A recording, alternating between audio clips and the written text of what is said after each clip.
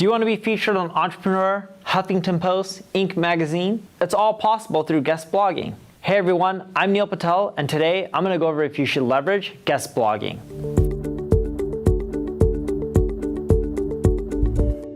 The first thing you need to know is guest blogging is better for B2B than it is for B2C. So if you're in the B2C niche, you probably shouldn't waste your time with guest blogging. For B2B, it's amazing, it's great, it works extremely well. Here's the next thing you need to consider. If you can blog at least 2 to 3 times a week, you should ideally do that on your own blog because you can grow your traffic base. After a year, it'll continually grow and grow. And what will happen is you control that audience. It's much easier to convert them into a customer when it's on your own blog versus someone else's blog. But if you don't have the time to blog 2 to 3 times a week, then you should consider guest blogging. Reason being is it's hard to build up a really large audience unless you're consistently blogging 2 to 3 times a week.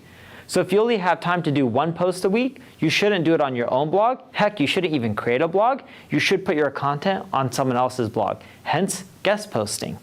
Now that you know if you want to guest post or not, here's how you get featured on Entrepreneur, Inc., Huffington Post, and sites like that.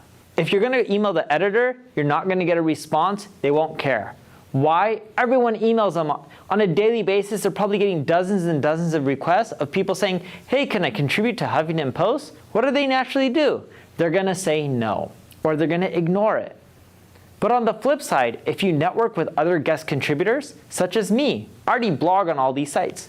You go find my articles, you read them, you can go find my email address all over the web, and you can for most of these contributors, and you start emailing feedback. Like, hey Neil, I noticed you wrote this article in Entrepreneur magazine. Have you thought about covering A, B, and C that you didn't cover in your article? The chances are I'm going to respond to that email and be like, oh, thank you for the feedback. That's a good point. If you put thought into it and you're not just writing garbage to these guest contributors, they usually will respond.